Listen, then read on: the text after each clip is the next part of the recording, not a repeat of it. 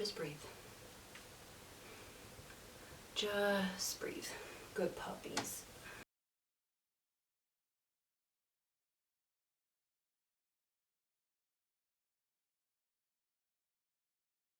Hello, my name is Kate and welcome to Habits of a Modern Hippie.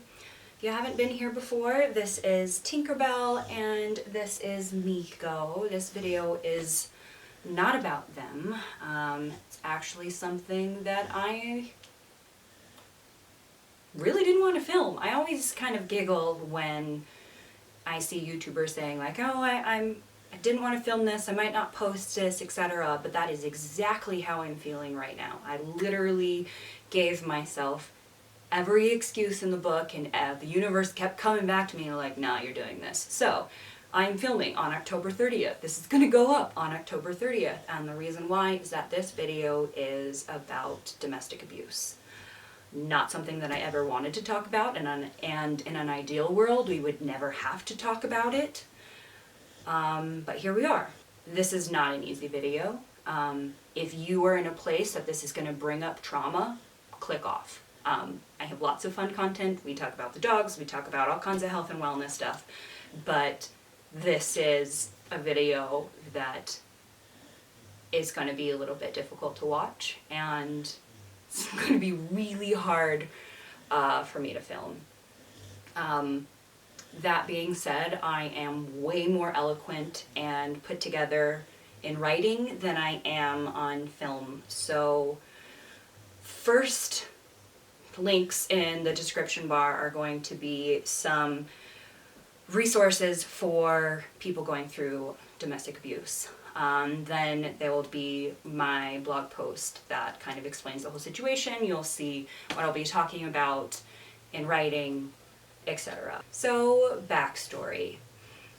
Essentially, a dear friend of mine has been going through relationship issues, and these relationship issues were used as ammunition from a group of really wonderful cough cough people who decided to use her pain as entertainment. And this friend of mine was sending me screenshots of things that were happening, and while all of it is atrocious, there is absolutely no reason for internet bullying. I could go on a whole nother spiel about that, but the thing that stuck out to me was one of the things they were saying about my friend is that this friend should leave her partner because this person was essentially naive and probably being beaten. Which, first off, excuse me? Absolutely not. And second, it is so problematic for so many reasons, and it brought up so much stuff for me.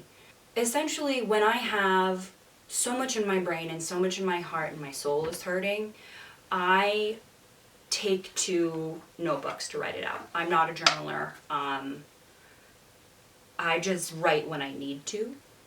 And this is the one I wrote in. And so essentially I wrote my feelings out in this notebook. And I'm going to read you what I wrote. If you want to see it in writing, once again, it's in that blog post. This is hard for me to read, and I have not read it without crying yet, just an FYI.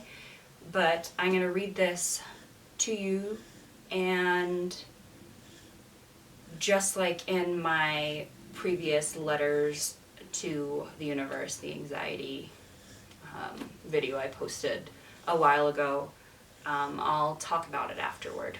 It is interesting, the shame she can hold around something that feels so completely out of her control. It's not, of course, not always, but thoughts of stuck, of pride, of what on earth will they think of me ricochet loudly in her mind. They drown out the shoulds, the coulds, and any notion of self-preservation.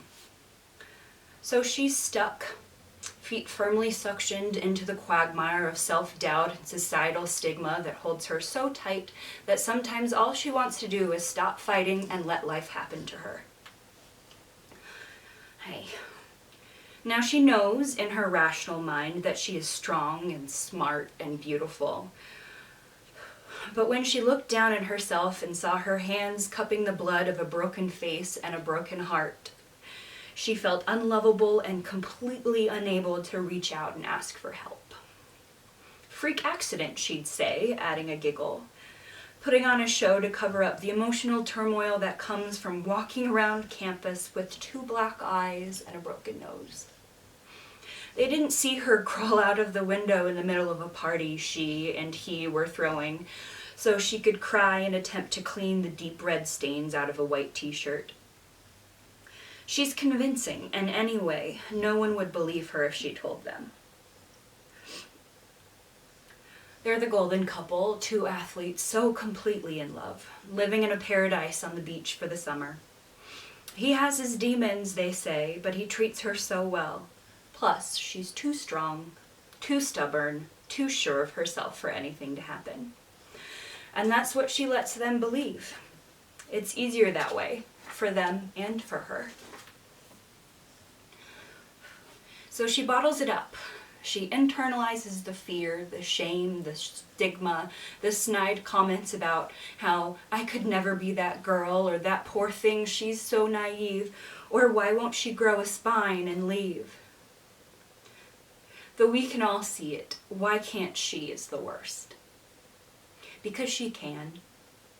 She can feel it in her bones, in her soul, in her shattering heart. And each time she hears those words about another couple, about a celebrity, about a girl you once saw on their internet, her feet sink a little deeper into the muck and she's incrementally more stuck. Because that she is me, and she knows. So I guess my backstory here is I was in a relationship, my first actually, my first everything, the first person I slept with, the first person I loved, the first everything, the first man I lived with, and he beat me. It didn't start out like that at first. Hi, sweet girl, come here. It didn't start out like that at first. He was charming and sweet and smart and everything that you wanted a boyfriend to be.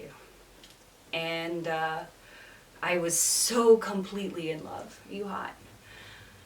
And it just slowly got worse and worse and worse. And then one night, as you saw in the journal entry, we were throwing a party and I got pissed because he was yet again grinding up on some other girl, and we went into our bedroom of our house that we were staying in for the summer, and essentially I told him how I felt. I don't remember everything that happened. Obviously trauma is an interesting thing, and we got into a fight so badly that he punched me in the face, broke my nose, gave me 2 black eyes, and then walked right back out into the party with me sitting there with blood everywhere. It was, you don't need to know the details. It was bad. I ended up crawling out of the window to clean myself up, to give myself space to cry because I didn't want anyone to know.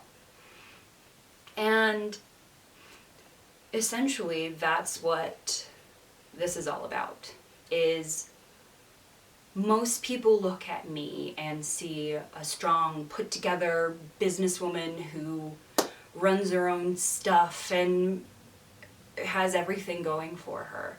And honestly, that's true in so many ways, but you don't know what people are going through in the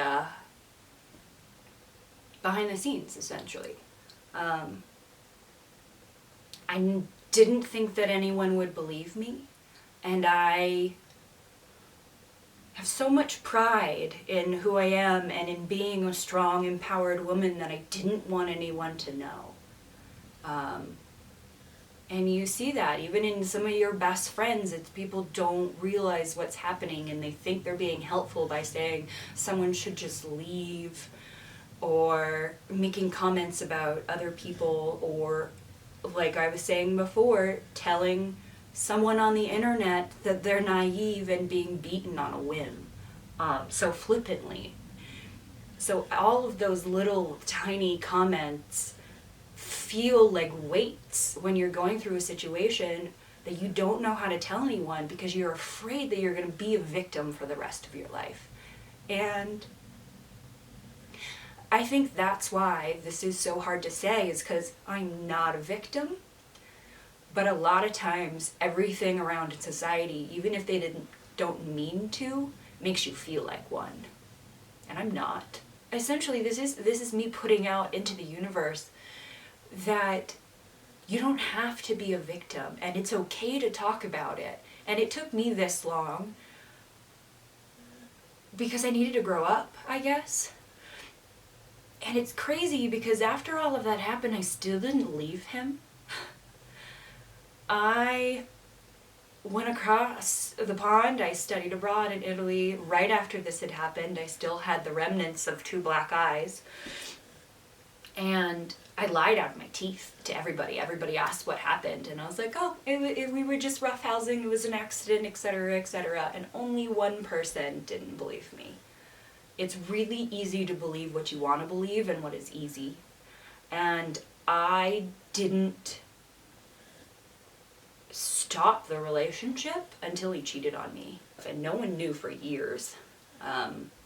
And the crazy thing is, one of his teammates, I was drunk at a party years later, and his name got brought up, and I just flippantly said, oh yeah, remember when he beat the shit out of me? And the room went silent.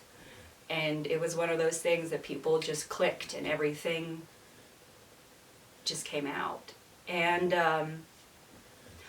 it almost felt like because I said it, I took my power back. And I mean, a lot of the people in that school still don't know, in university or college or whatever you call it. They don't know what happened because I didn't want to tell anyone. I told my mom, God, after I graduated school, after I graduated college, so years later. And I bet you some people that I know right now who are watching this don't know. And I think that's one of the weird silver linings about this whole bullying thing happening to my friend is it's given me the opportunity to look back into it because I squashed it for so long.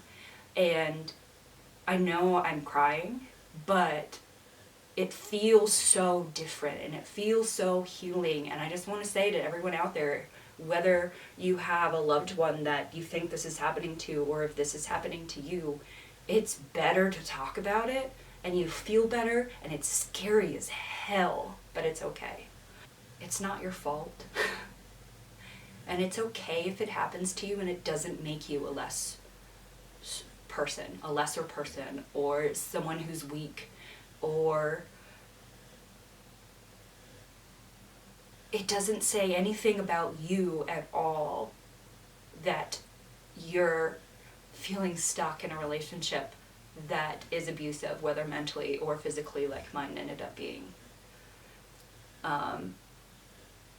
And I guess me telling my story is telling the world that it happened to me, and that's okay, and I've got a voice, and I'll use it. There is this quote, say what you need to say now, scream it, so that women in the future won't wonder where they lost their voice. And that is so powerful to me because I'm in a place where I feel safe and comforted and have the ability to talk about this. And I think that's important. And I think it's important that we don't shut everything away and give ourselves the opportunity to talk about things. I'm not looking for pity or sadness or I'm so sorry. What I want is to say that we're all in this together, and that no matter what you're going through, even if everyone around you looks like they have all their stuff together, you're not alone. Whew. That was a lot. I would love to hear your stories. I know a lot of people don't want to talk about them yet, but shoot me a DM over on Instagram, send me an email, comment below, whatever you need to kind of put yourself out there. Doesn't matter if it's private or public, do it. Or even if you just write it for yourself and you speak it out loud and you put it into words, it's gonna help. This feels really weird saying this, but I'm like going into YouTube brain and going into my outro, but I guess that sounds so weird on this video, and subscribe. Normally my content isn't this heavy. Every once in a while it is because mental health and abuse and things like that are necessary and should be talked about. But a lot of times we have health and wellness, we've got puppies, all of that. Way more fun stuff. I'm sending you guys all of the light and love and strength. And I will see you next time, preferably without tears. But thank you guys so much for watching. Bye.